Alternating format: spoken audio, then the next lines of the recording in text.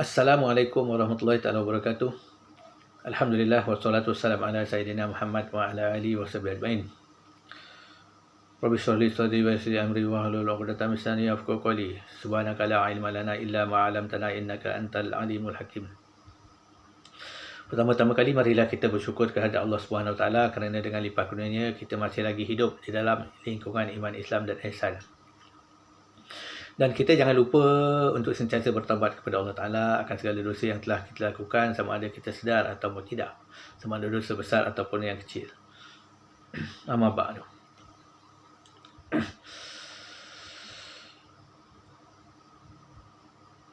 Pada video-video yang lalu, saya telah menceritakan secara ringkas, secara mudah faham tentang bagaimana cara kita untuk mengenal Allah Ta'ala.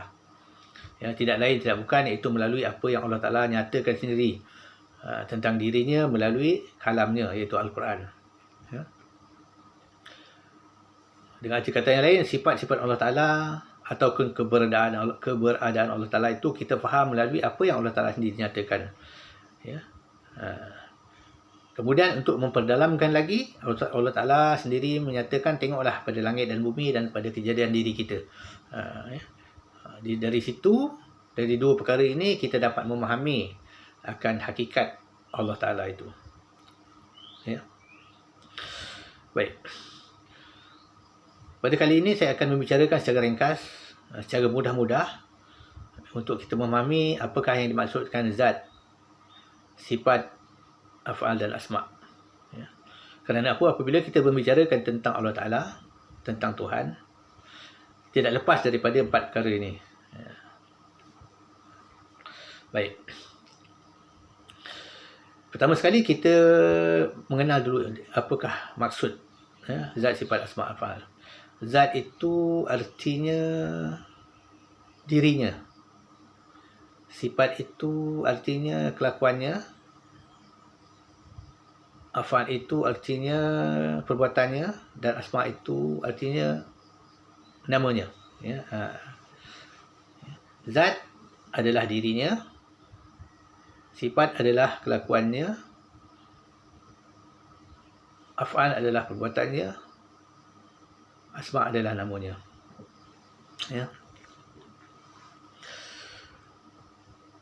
Allah Ta'ala itu nama bagi zat. Apabila kita sebut Allah Ta'ala, ia merujuk kepada zat. Zat yang bersifat dan mempunyai perbuatan, yang mempunyai nama. Artinya zat itulah yang bernama Allah, yang bersifat dan mempunyai perbuatan. Dengan arti kata yang lain, apabila kita sebut saja Allah, kita merujuk kepada zat. Merujuk kepada zat. Apabila kita sebut Allah, itulah zat. Zat yang bernama Allah. Ini kena faham baik-baik, kerana banyak yang bermain-main bahasa ni. Bila kita sebut siapakah Allah, ataupun bila kita sebut sembahlah Allah, ataupun beribadah kepada Allah, mereka mengatakan tak boleh. Tak boleh sembah Allah kerana Allah itu nama. Ini mereka bermain-mainkan istilah untuk mengelirukan orang-orang awam. Apabila kita sebut Allah, itu merujuk kepada zat. Zat yang bersifat, yang ada perbuatan, yang ada nama. Baik. Apabila kita sebut zat Allah Ta'ala, ia adalah asas bagi wujud. Bila disebut wujud, bermakna zat. Wujud zat itu yang bersifat dan yang mempunyai perbuatan, yang bernama. Yang bernama Allah. Itu maksud dia. Baik, kita kenal zat dahulu. Apa kita zat? Zat itu dirinya. Zat itu dirinya atas istilah, atas pemahaman, bahawa Allah Ta'ala itu zat. Zat yang wujud, yang bersalahan dengan segala sesuatu yang baru. Ini maksudnya. Kita tak boleh kata apabila kita sebut zat, itu dirinya, kita terbayang sesuatu. Tidak boleh. Kerana zat itu bersalahan dengan segala sesuatu yang baru. Tidak sama. Dia bukan jisim, bukan jirim, bukan benda. bukan arad. Jisim itu adalah alam. Apabila disebut jisim, jirim, arad, secara umumnya ia adalah ciptaan Allah, iaitu alam. Maka zat Allah Ta'ala itu bersalahan dengan ciptaannya. Secara mudah faham. Baik. Kita tidak boleh kata zat itu dirinya secara mutlak. Tidak boleh. Kerana apabila kita sebut zat itu dirinya secara mutlak, secara tidak langsung, kalau kita tidak jaga-jaga, kalau kita tidak awas, kita akan terbayang Allah Ta'ala, zat Allah Ta'ala itu berjisim, berjirim, ataupun arad, ataupun bertongkol. Maka dalam ilmu tauhid diistilahkan diri Allah Ta'ala itu sebagai zat, untuk membezakan dengan makhluk. Baik. Apakah itu sifat? Sifat itu suatu, pada istilahnya, suatu kelakuannya. Pada istilahnya kelakuannya. Pada maknanya atau pada maksudnya itu suatu yang memerlukan zat. Ini ia terpaksa, ia wujudnya akan bergantung kepada zat. Ia berdiri di atas zat. Sifat itu tidak boleh wujud dengan sendirinya, melainkan ia bergantung pada zat. Contohnya sebatang pen. Sebatang pen. Sifat itu dia berdiri di atas pen. Diri pen itu adalah sebatang pen. Sebatang pen ini. Ataupun kalau kita istilahkan zat bagi pen. Kalau kita nak istilahkan zat bagi pen, itu diri bagi pen. Diri bagi pen.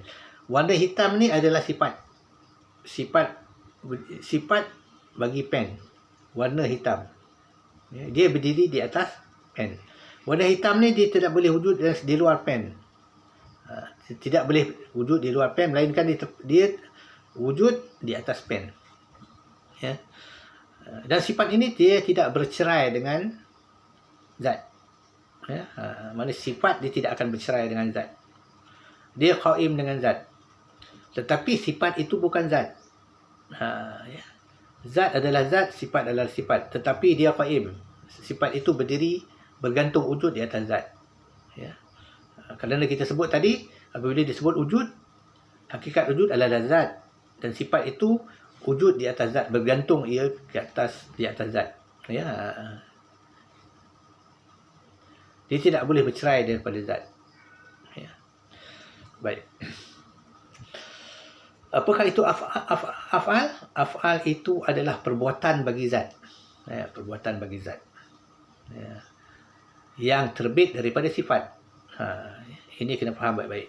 Af'al itu adalah perbuatan zat yang terbit daripada sifat. Apabila zat itu berbuat, disebut perbuatan. Dan asma', dan apakah asma'? Asma' itu adalah nama bagi zat. Nama bagi zat. Kita fokus di sini adalah Allah Ta'ala. Zat, namanya Allah. Zat yang bernama Allah. Dan mempunyai 99 nama. Bermula daripada Allah, Ar-Rahman, Ar-Rahim, Al-Malik, Al-Qudus, sampailah habis 99 nama. Itu maksudnya nama bagi zat.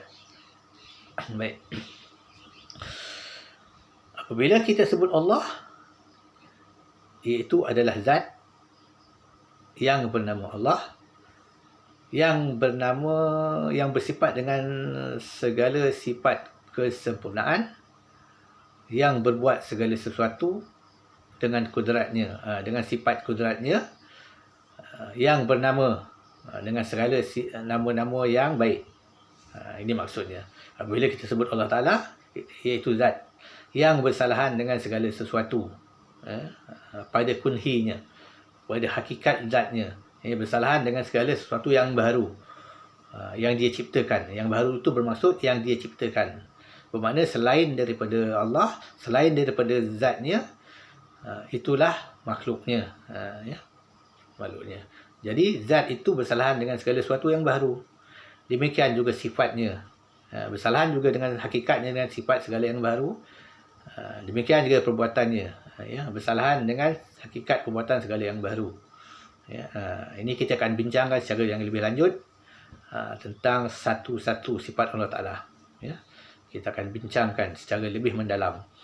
Pada kali ini hanya saya ingin membicarakan secara umum, secara umum untuk kita memulakan faham tentang hakikat Allah Subhanahu Wa Ta'ala, Tuhan kita satu-satunya, tiada Tuhan melainkan Dia. Baik. Sebagaimana saya sebutkan tadi, untuk kita memudahkan faham, Allah Ta'ala telah memberikan jalan, iaitu melalui apa yang Allah Ta'ala telah sebutkan dalam firman-Nya Quran, dan juga saranannya untuk menilik alam keliling dan diri kita. Untuk perbandingan, untuk memudahkan faham, tapi bukan kita menghakikatkan contoh yang Allah Ta'ala sebut itu sebagai zatnya, tidak. Kerana hakikat Allah Ta'ala itu dengan makhluk dia sangat berbeza. Cuma makhluk ini Allah Ta'ala jadikan untuk memahami, mendekatkan faham kita kepadanya. Ini jangan salah faham. Nanti ada orang yang mengatakan saya menjisimkan Allah, saya menyamakan Allah dengan Allah Ta'ala dengan makhluk. Tidak. Kerana Allah Ta'ala telah kata, lihatlah pada langit dan bumi, malam dan siang, dan lihat pada diri kamu. Mengapa kamu tidak memikirkan kekuasaan Allah Ta'ala, dan tidak kamu memikirkan diri kamu ini tempat untuk memahami hakikat Allah Ta'ala itu sendiri. Dengan kata lain, kita lihat diri kita, diri kita ini ibarat zat. Satu tubuh kita ini, itulah zat bagi makhluk. Zat bagi makhluk. Zat Allah Ta'ala tidak sama dengan zat makhluk. Maka zat Allah Ta'ala itu, diri Allah Ta'ala itu kita istilahkan sebagai istilah yang khusus, iaitu zat. Untuk membezakan antara kita dengan Allah Ta'ala. Secara kias, secara fahamnya, diri kita ini adalah zat makhluk. Diri Allah Ta'ala itu adalah zat baginya. Jadi apabila kita sebut makhluk, kita sebut diri. Apabila kita sebut Allah Ta'ala, kita sebut zat. Itu istilah khusus bagi Allah Ta'ala. Okey. Pada diri kita ni ada sifat. Itu sifat mendengar, melihat, berkata-kata. Lepas tu warna kulit kita kuning, merah ataupun hitam. Ini adalah sifat. Sifat bagi kita, bagi makhluk. Melihat kita ini, mendengar kita ini, warna kulit kita ni berdiri di atas tubuh kita. Melihat kita, mata kita berdiri di atas tubuh kita. Telinga kita berdiri di atas telinga kita. Pendengaran kita berdiri di atas tubuh kita. Tidak boleh bercerai mata kita ni di luar. Letak di luar, di atas meja. Tidak boleh. Dia duduk di atas kepala kita. Dalam satu tubuh. Ini disebutkan zat makhluk ataupun diri makhluk. Itu untuk mudah faham.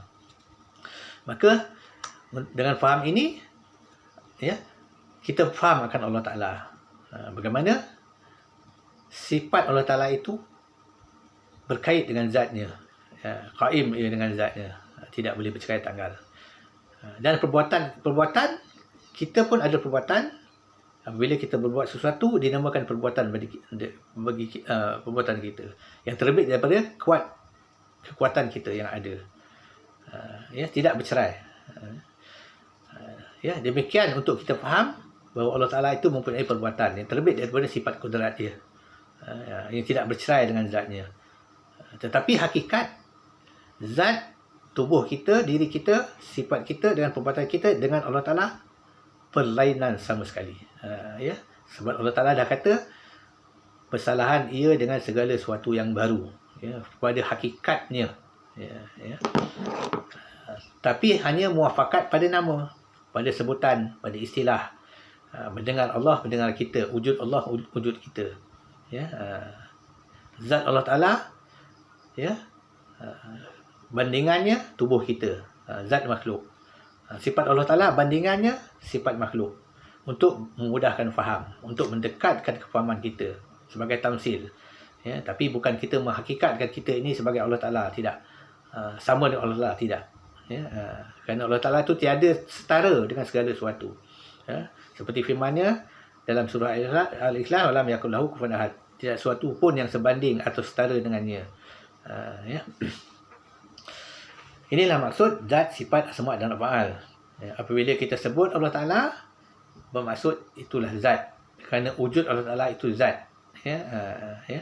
Bila disebut wujud, zat lah maksudnya. Ya, jadi, kenapa saya katakan begini? Kerana ramai orang yang berkata Allah Ta'ala itu tidak memerlukan zat, tidak memerlukan sifat, tidak memerlukan af'al, tidak memerlukan perbuatan. Ini adalah satu kekeliruan dalam memahami Allah Ta'ala. Ya. Kerana Allah Ta'ala itu zat, wujudnya zat yang bersifat dan ada perbuatan dan ada nama. Ya. Ya. Maka apabila kita sebut kita mengabdikan diri kepada Allah, bermakna kita mengabdikan diri kepada zat yang bernama Allah. Ya. Zat yang maha sempurna dari segala maha sempurna dengan segala sifat kesempurnaan yang tiada terhingga banyaknya. Ya. Ya. Yang hanya diberitahu pada kita iaitu 20 sifat. Ya. Dan dengan 99 nama sebagaimana yang disebut dalam Quran dan hadis. Ya. Hal ini hendaklah difaham dengan sebaik-baiknya. Ya. Dengan arti kata lain, audio saya ni jangan dikerat-kerat. Ya. Hendaklah didengar daripada awal sehingga akhir, supaya kita tidak tersalah faham, supaya kita tidak timbul fitnah. Ya. Baik. Maka kesimpulannya, saya ulang balik, apabila kita sebut Allah Ta'ala, ia merujuk kepada satu zat yang maha sempurna, ya, maha kaya dari segala yang lainnya, iaitu makhluk, dan segala yang lainnya makhluk itu memerlukannya. Ya. Inilah maksud ketuhanan, ilaha itu. Makna ilaha itu maknanya Tuhan. Maksud ketuhanan itulah zat yang kaya dari yang lain dan berkendak kepadanya segala yang lain. Ya. Ya. Jadi dengan arti kata lain, zat Allah Ta'ala itu zat yang bersifat, yang mempunyai perbuatan dan yang mempunyai nama. Ya. Ini maksudnya. Jadi hendaklah difahamkan baik-baik tentang hakikat ini supaya tidak disalah faham, tidak disalah arti, dan supaya kita tidak tersesat daripada jalan Ahlus Sunnah wal Jamaah, Asy'ariyah dan Maturidiyah. Ya. Dan untuk menjelaskan hal ini, segala zat, sifat, asma dan af'al ini, saya akan sambung satu persatu dia pada video-video yang akan datang. Ya, supaya kita jelas hakikat ketuhanan itu. Ya, kita jelas Allah Ta'ala itu apa. Ya, okeylah. Sekian dulu. Bila taufiq wal hidayah. Assalamualaikum warahmatullahi wabarakatuh.